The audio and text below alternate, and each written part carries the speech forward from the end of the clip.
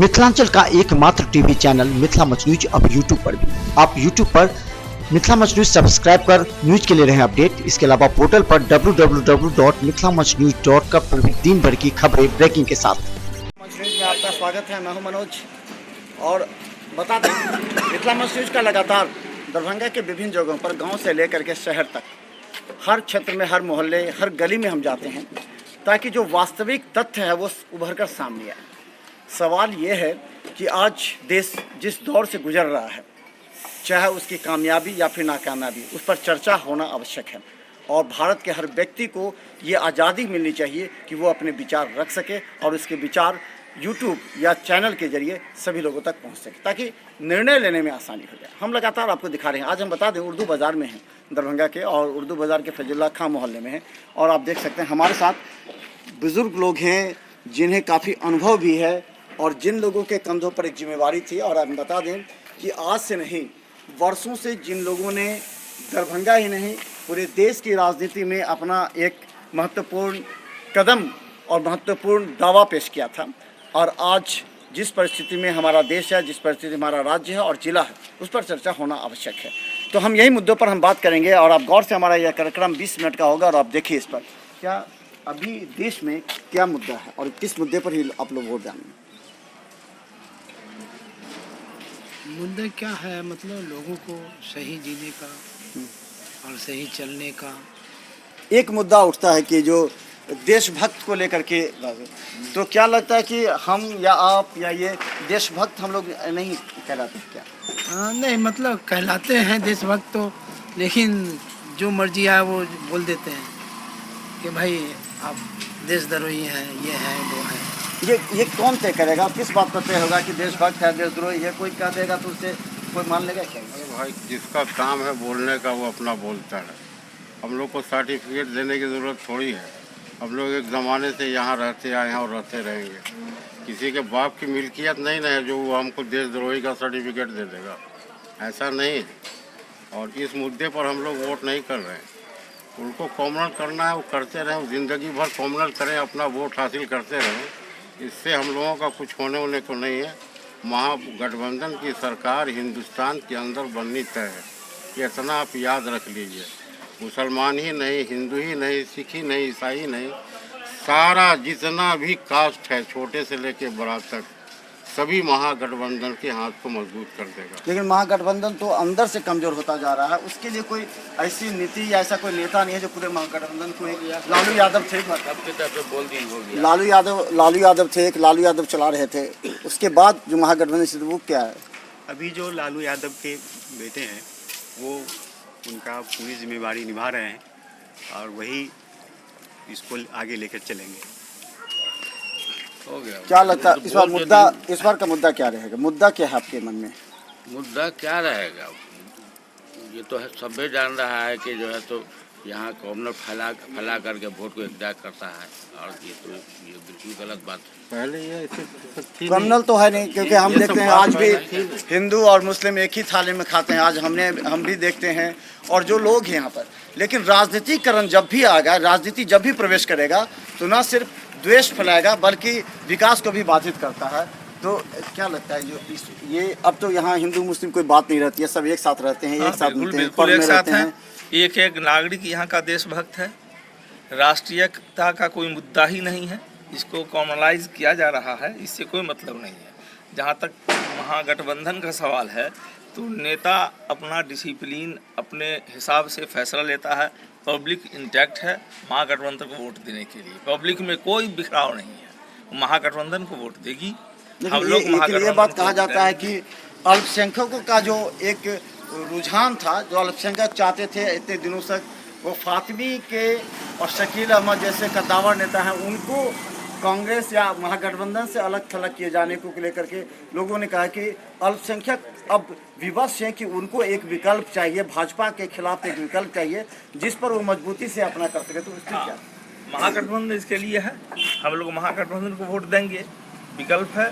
कांग्रेस क्यों नहीं? कांग्रेस अब जो महागठबंधन में वो भी है, अभी तो नहीं माना जा सकता क्योंकि बहुत बिल्कुल जिसको टिकट मिल गया, जो कैंडिडेट है वो महागठबंधन का मधुबनी बद्रीपुर को कैंडिडेट मान लेते हैं। बिल्कुल कैंडिडेट है, और शकील साहब हाँ, भी हाँ। इतने दिनों से कांग्रेस के कार्यकर्ता रहे हैं, जो उनका महागठबंधन बेहतर छवि भी है। पार्टी ये ने महागठबंधन पार्टी सब लोग मिलकर जिन जो निर्णय लिए हैं, जो कैंडिडेट बने हैं, उनके साथ सब खड़े हैं।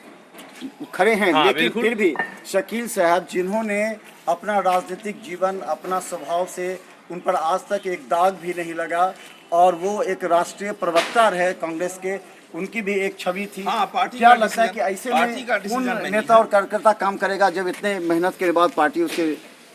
देखिए, कांग्रेस जो है बरगद का पेड़ है, और एक पत्ता झड़ जाने से कांग्रेस का कुछ बिगड़ने वाला नहीं है। मेरे देश में जो है राहुल गांधी ही पीएम बनेंगे, और उनकी नेतृत्व में सरकार बनेगी, और ज़रूर बनेगी। और यहाँ गठबंधन के जो उम्मीदवार हैं, अपनी बारी से देखी, हम लोग उन लोगों का पुरजोर समर्थन करते हैं और करते रहेंगे, और वोट देंगे भी और दिलाएंगे भी। अच्छा, फातमी जी के बारे में, फातमी जी का लोग का कहना है कि उनका जो स्वभाव था दरभंगा में, उन्होंने आशा भी की थी और लगातार यहाँ की जनता की सेवा करते रहे हैं, तो आज उनको जिस तरह दरकिनार किया गया, उनका कहना है कि तेजस्वी यादव खिलाफ तेज प्रताप खिलाफ बोलते तो कुछ नहीं हुआ, लेकिन अगर वो कुछ बोले भी नहीं तो भी 6 साल के लिए उनको, फातिमी जी को निलंबित कर दिया गया। ये तो दुख होगा। ये पार्टी लाइन का, उनके पार्टी में क्या चल रहा है वो हमको कुछ बोलना नहीं है।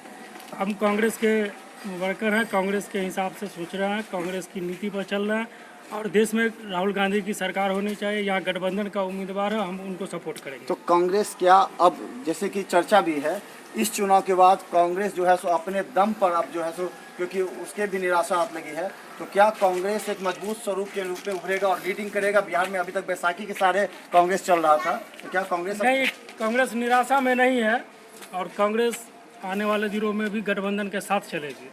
लीड करेगी कि नहीं? ये कांग्रेस को अब लोगों का कहना है, कई अल्पसंख्यक मोहल्ले में भी, क्या वहाँ कहना है कि कांग्रेस को अब लीड करना चाहिए, क्योंकि कांग्रेस अभी तक जो है सो राजद के बैसाखी के सहारे था, जो अब टूट रहा है, लोगों का, अल्पसंख्यकों का भी मन टूट रहा है, तो कांग्रेस के बारे में क्या? इस बार तो ज़्यादा सीट आने को है कांग्रेस को, और इसी तरह से आगे बढ़ता रहेगा। बिहार में अकेले कांग्रेस अपने अलग गुट बनाएगी या अभी नहीं, यहाँ तो गठबंधन के साथ है रहेगा। क्या लगता है कि जो अभी समीकरण बन रहा है उसमें अल्पसंख्यकों के लिए एक ही विकल्प बच रहा है, वो है कांग्रेस, क्योंकि राजद के अंदर का जो आपस में चल रहा है, मुकेश सहनी की जो बीच में भूमिका आई है, इससे बहुत लोग नाखुश भी हुए। नहीं, देखिए, बिहार में जो है भी वो महागठबंधन है, और उसका नेतृत्व जो है वो तेजस्वी यादव जो है, जो राजद के नेता हैं, वो कर रहे हैं, और उनके साथ जो अन्य संगठन है, जैसे हम है, मुकेश सहनी का है, वीआईपी या फिर कांग्रेस है, ये सारे जो संगठन हैं ये सभी एकजुट हैं, और नेतृत्वकर्ता जो हैं वो तेजस्वी यादव हैं, और ये लोग महागठबंधन बना करके जो उम्मीदवार यहाँ दरभंगा में दिए हैं, ये एक अच्छे, सच्चे और कर्मठ उम्मीदवार है, और इनको मेरे हिसाब से दरभंगा के लोग इनको जिता करके सांसद जरूर बनाएंगे और संसद भेजेंगे। मुद्दा इस बार क्या आपके नजर में आ रहा है? मुद्दा क्या है इस बार? क्या वही हिंदू मुस्लिम का मुद्दा है या फिर कोई विकास का मुद्दा है? मुद्दा तो कुछ होना चाहिए। देखिए, मुद्दे तो कई हैं, जैसे लोकतंत्र की रक्षा करना ये सबसे बड़ा मुद्दा है, और इसी मुद्दे पर हम लोगों का जो है वोटिंग भी है। दूसरा ये है कि जो 5 साल जिनकी सरकार केंद्र में रही है, उन्होंने जो वादा किया था वो सारे वादे वो खिलाफ किए हैं। न वो काला धन लाए, न 15 लाख रुपया खाता में गया, न नौजवान बेरोज़गारों को जो है वो रोज़गार मिला। इस तरह से जितने भी उन्होंने वादा किया था अपने चुनाव से पहले, एक भी वादा उनका पूरा नहीं हुआ, और इसी के खिलाफ सिर्फ मुसलमान ही नहीं, बिहार और देश के सारे वोटर्स उनके खिलाफ वोट करेंगे। क्या लगता है कि आपके नज़र में कुछ विकास दिख रहा है कि नहीं? जैसे बड़े बड़े वादे किए जा रहे हैं कि लाइट हो गई, सड़कें बन गई, शौचालय बन गए, तो आपके नज़र में क्या है? ये सब तो देखिए अभी तक तो नहीं बना। जैसे कि बेरोजगारी में बोले हुए तो 2014 के लोकसभा चुनाव में जो हर स्टूडेंट को 200 करोड़ स्टूडेंट को जो है बेरोजगार दिया गया, लेकिन ऐसा तो कुछ भी नहीं हुआ। जो अभी तक तो महंगाई के लिए जो बोले हुए थे वो महंगाई भी जो है कंट्रोल नहीं पाया। जैसे कि जो 60 रुपये हम लोग केजी भरा रहे थे, अभी वो 80-85 रुपये केजी भरा रहे हैं। तो स्टूडेंट के लिए जो है कि जीएसटी लागू हुआ, तो बड़े बड़े कारोबार पर जीएसटी लागू करना चाहिए। यहाँ की स्टूडेंट का भी फॉर्म जो भरा रहा है उस पर भी जीएसटी लागू हो चुका है। आप काफ़ी अनुभवी लगते हैं, आप पूरा विश्लेषण किए होंगे आज के विगत 20 वर्षों में जो राजनीति का हरासमेंट हुआ है। क्या लगता है कि राजनीति किस दिशा में ले जा रहा है? ये तो मुल्क को चौपट कर दिया। खाली झूठा झूठा वादा करके नौकरी दिया लड़के को, नोटबंदी कर दिया, उसके बाद मैंने सबको परेशान करके रख दिया। अभी जो ये लोग गठबंधन बनाया है कांग्रेस और राजद वगैरह मिल के, उसी कैंडिडेट को दिया जाएगा, वही लोग काम करेंगे। तो कुछ नहीं किए, खाली झूठा झूठा वादा किए। इसलिए अच्छा, पहले कांग्रेस भी वादा करते थे, पहले की सरकार पहले की छोड़ी ना, अभी जो सर पर काम है उसको ना देखिएगा। तो पहले क्या हुआ, अभी जो परिस्थिति अभी जो 5 साल हम लोग देखे, 5 साल में तो कुछ नहीं किए। वो तो कहते हैं कि देशभक्त का मुद्दा है, जहाँ भी कहते हैं वो जो देश को लेकर के, देश को तो डुबा दिए तमाम, हर जगह झूठा झूठा वादा कर करके और फैला दिया बात। अब कुछ तो किया नहीं, न नौजवान के लिए किया, न गरीब के लिए किया, न किसी के लिए किया। इसलिए राजनीति अब कैसे करें?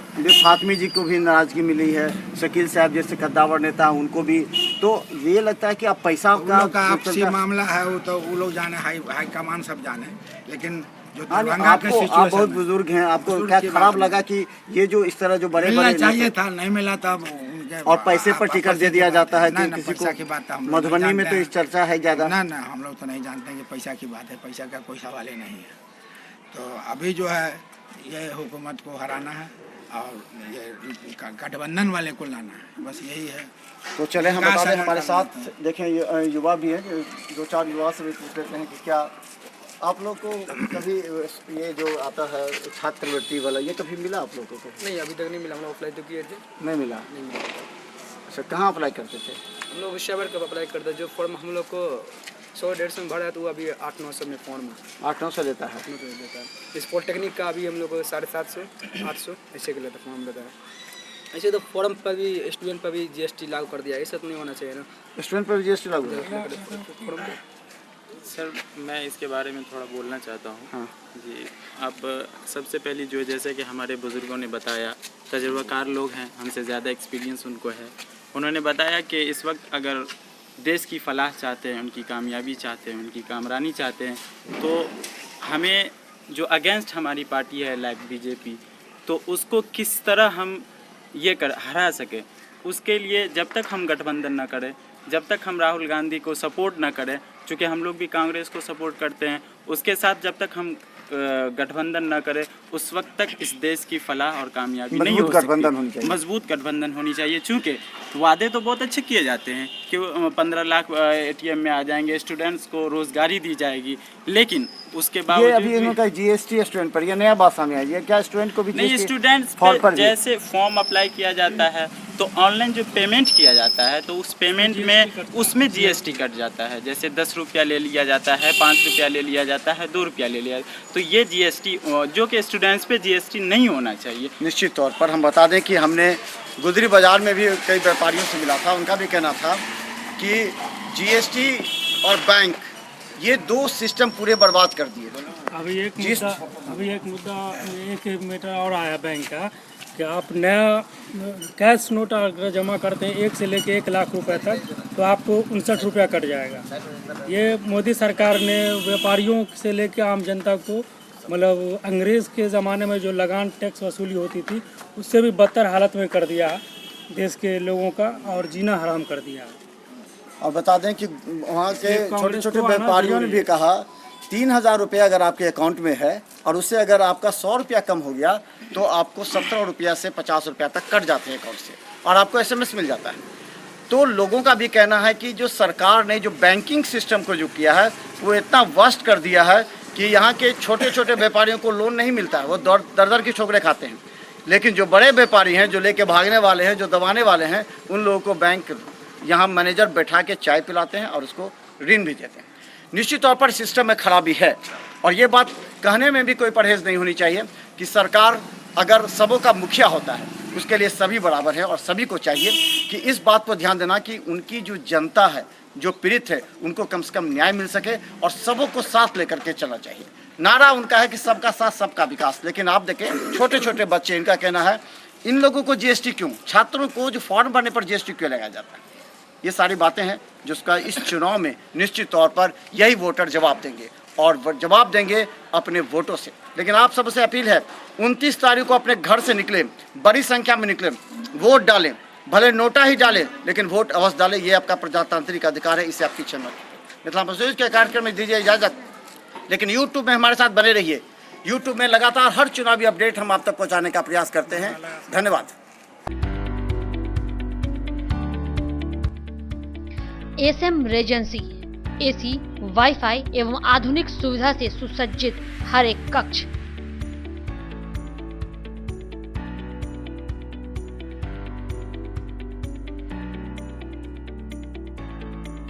सहित बेकरी के कई आइटम उपलब्ध।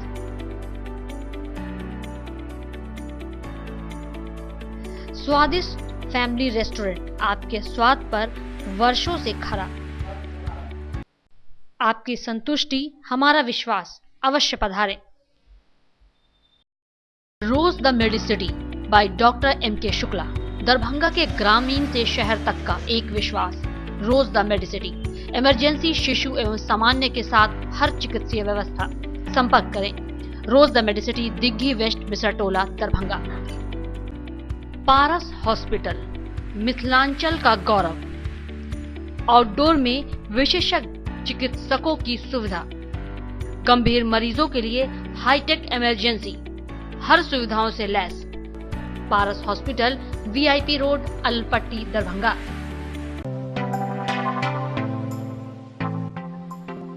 Metro test tube baby centre, Bakarganj Darubhatti Chowk के आगे, बिहार स्टेट हाउस के सामने। बिहार का पहला अत्याधुनिक IVF लैब दरभंगा में। इमरजेंसी सेवा के साथ सभी स्वास्थ्य सेवा उपलब्ध।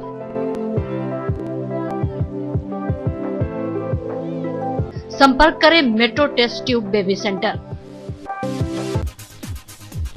Manners Public School, Dilawarpur, Darbhanga. Affiliated to CBSE up 10+2, New Delhi. CBSE Nai Delhi से 10+2 स्तर तक मान्यता प्राप्त एक आदर्श विद्यालय। कई प्रकार के खेलकूद की उत्तम व्यवस्था। अनुभवी, ट्रेंड एवं योग्य शिक्षक।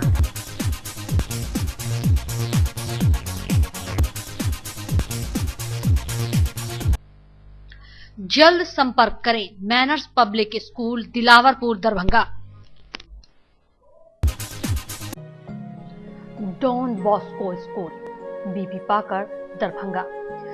CBSE 10+2 नई दिल्ली द्वारा मान्यता प्राप्त विद्यालय। CCTV की निगरानी एवं डिजिटल बायोमेट्रिक उपस्थिति की व्यवस्था। नामांकन प्रारंभ, जल्द संपर्क करें। Don Bosco school, Bibi Pakar, Darbhanga. Saint Columbus English school, Shivaji Nagar, Darbhanga. निशुल्क कंप्यूटर शिक्षा, स्मार्ट क्लासेस की विशेष व्यवस्था। CCTV कैमरा द्वारा आपके बच्चे की सुरक्षा की विशेष व्यवस्था। नामांकन के लिए संपर्क करें। Saint Columbus English school, Shivaji Nagar, Darbhanga.